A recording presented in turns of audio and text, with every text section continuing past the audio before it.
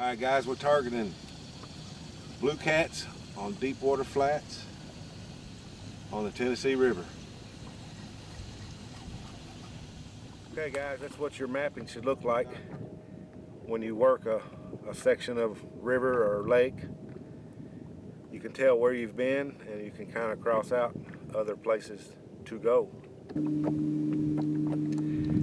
Alright guys, we're going to run up on this little contour of the bottom. We've been on this flat. Now yesterday, you can see that spot right there.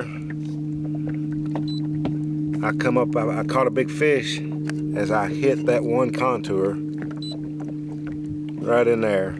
So here's my boat. We're going to try to drift over this contour and see if we can snag another big one. That's the only few pieces of change in depth on this big flat. And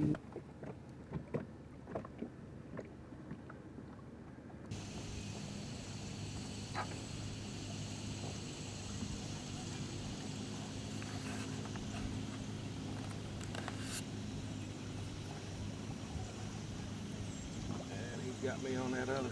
Look at the bubbles coming up.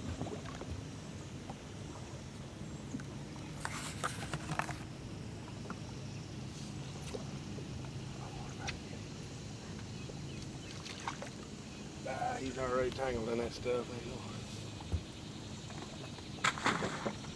Look here, fella.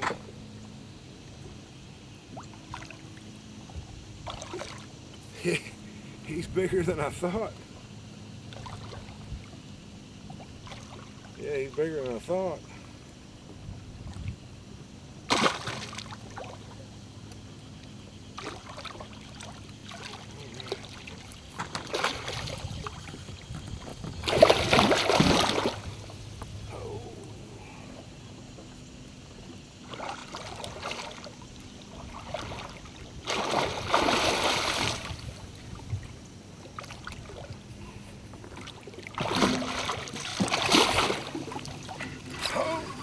Take and drag now. He's figured he's hooked. Now he's figured out he's hooked.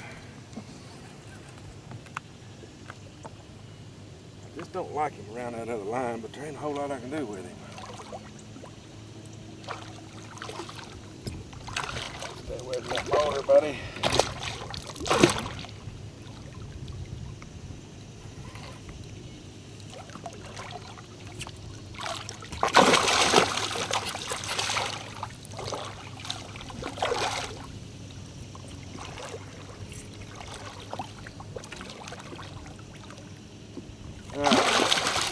We're gonna get him. We're gonna get him in the boat.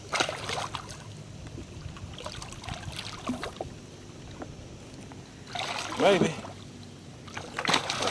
Oh, he don't want to come yet. See that net. And he swam right into that net. All right. Oh, mercy. Fella, this is a toad. Look how big that belly is. Whoa.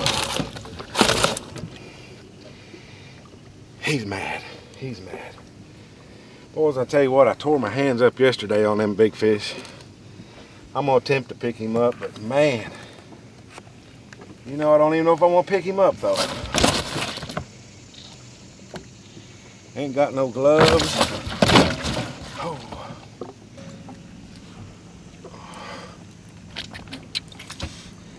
Lord, I can't hardly hold him up. This is what you can catch on these deep water flats.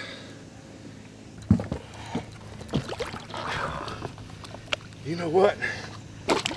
That's a big fish. Come on, buddy. Man, that fish bit like a 20-pounder. Pulled him up like a 30-pounder and ended up being that, whatever it was.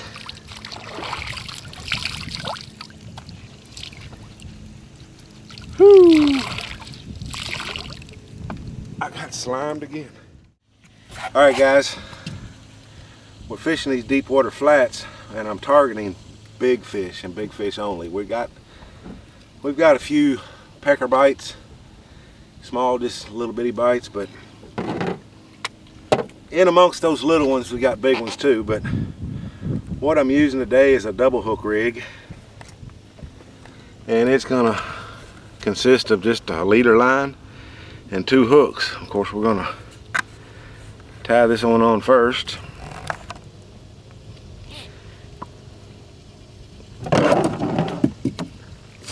Tie it right there. We need about 2 foot, and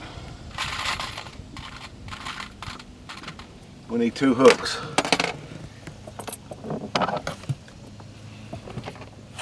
Now I use the Mustad Octopus circle hooks, but they're not offset, and I do like to offset them. So there's an offset hook. Get them both offset real quick, and we're going to tie up a double hook rig. Where's my boat? I gotta make sure I can keep control here. Oh. Alright, we're going to snell these hooks on, and I'm going to run it through the eye up to about 1 foot away from the swivel. And like I say, I don't know if this is the proper way to snell a hook. This is my way to snell a hook. 1, 2, 3, 4, and 5. Now, pull the slack out of it, pull him straight up. Now we've got one with a long leader, long tag line. Now we're going to put the other hook on, and we're going to snell it also.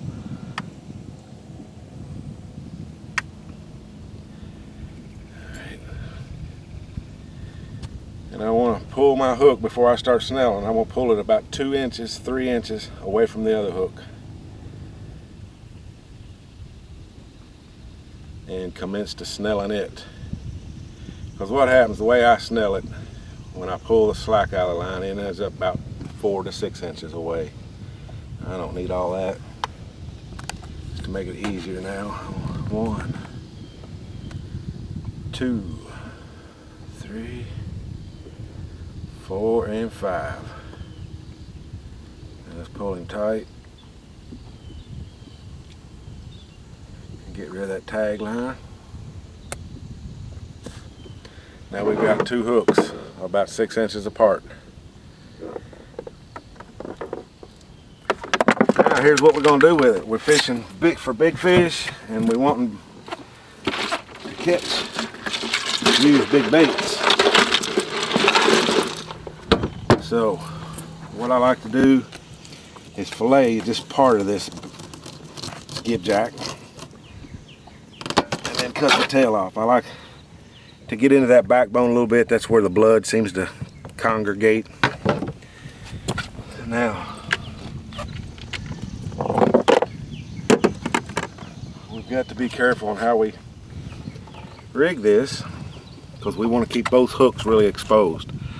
First thing I'm going to do, the first hook, I want to hook through the nostrils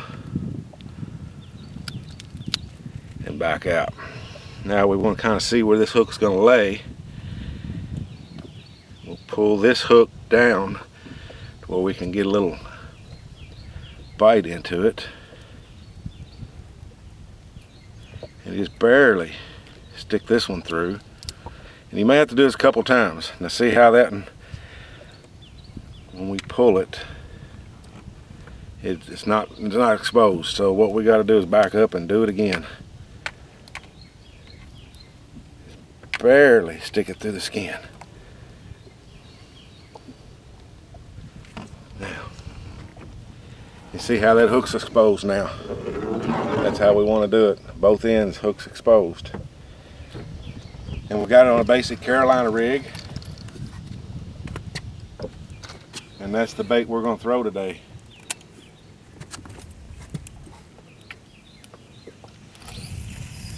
Now You see me throwing it out, but I'm doing that to kind of keep the bait from spinning around the line and the hook and the sinker and making a big mess. But we'll make sure the sinker's down on the swivel and just slowly let that sink to the bottom.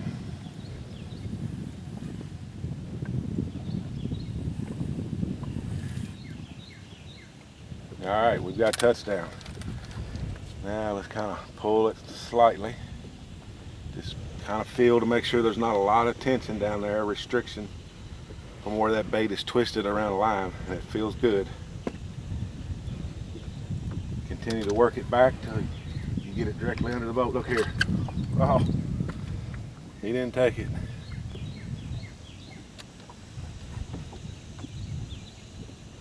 Well, them little guys pecking on me. But like I say, in amongst these little guys, we got some bruisers. All right, I've pulled him about, I'll show you exactly how much.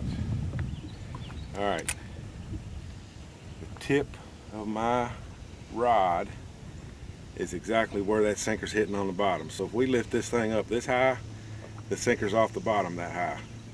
If we lift it this high, the sinker's off the bottom this high. So what I want is about 2 foot. I'm gonna crank it about 3 times and put it in my rod holder and wait on another big fish. We got a little one going back there, but it's not much.